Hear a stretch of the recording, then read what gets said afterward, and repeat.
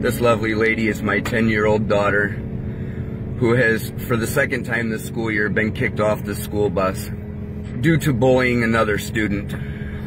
Let me make this extremely clear. Bullying is unacceptable, especially in my household.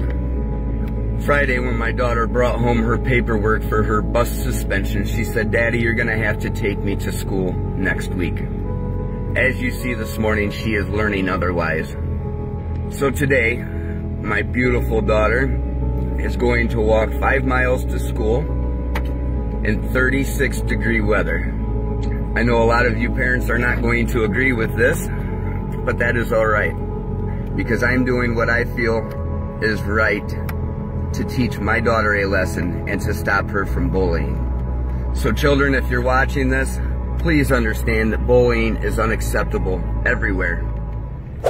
Εσείς τι πιστεύετε? Ο πατέρας της κάνει σωστά την δουλειά του ή όχι?